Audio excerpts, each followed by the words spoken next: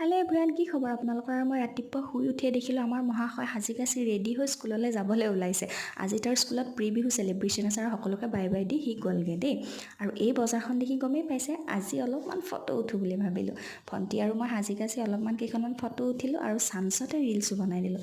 মামাহঁতৰ ঘৰলৈ গৈছিলোঁ, সেয়েহে তাইক মানে মোৰ মামাৰ ছোৱালী ভণ্টি তাই ইমান ধুনীয়াকৈ নাচিছিলে, অলপমান ভিডিঅ' কৰিলোঁ। আৰু এই ভাইটিজনে ইমান ধুনীয়া ধুনীয়া ফটো কেইখনমান উঠাই দিলে। তাক ইনষ্টাগ্ৰামত আপোনালোকে জিত ফটোগ্ৰাফী বুলি পাব। আৰু মামাই নাৰিকল কাটি কাটি নিজে খায়ো আছে দেই। আৰু আমাৰ মহাশয়ক চাওকচোন, স্কুলৰ পৰা আহি তাৰ উৎপাত, দাড়ি খুৰাব লৈছে দেই। ই হেনো ডাঙৰ হৈছে, দাড়ি গজিছে, এইবিলাক কৰি আছে। তাৰ লগত অলপ খেলি সন্ধিয়া আকৌ অলপমান গেলামালৰ বজাৰ কৰিব, কেঁচা চব্জি বজাৰ কৰিবলৈ গ'লোঁ ভণ্টি আৰু মই। আৰু এয়া চাওকচোন, আগতে সকলোৰে ঘৰতে দীঘলতি মাখিয়তী পাত আছিলে, আজিকালি নোহোৱা হৈ গ'ল। আৰু এয়া বজাৰত ভিৰ লাগিছে এইবিলাক ল'বলৈ বুলি। আৰু ঘৰলৈ আহি সন্ধিয়া ফটাফট জেতুকা লগালোঁ দেই। ধন্যবাদ।